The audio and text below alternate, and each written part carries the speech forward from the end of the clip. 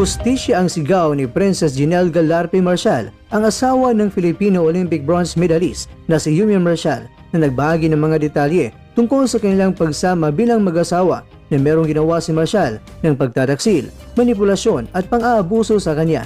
Sa isang mabang post si Princess sa kanyang Facebook noong Biyernes, ibinunyag niya na nahuli niya talaga at bistadong-bistado niya itong si Yumir na may karelasyon noong October 2024 sa isang homestay ni Yumir sa Pasay. Pero bago yan mga kwento, at baka pwede niyo po munang gawin ito.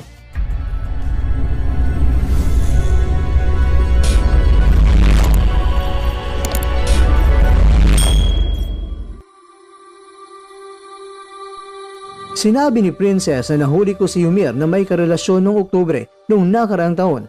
Ako kasamang aking kapatid na babae ay personal na nakahuli sa kanila sa loob ng isang condominium ng Airbnb sa Pasay.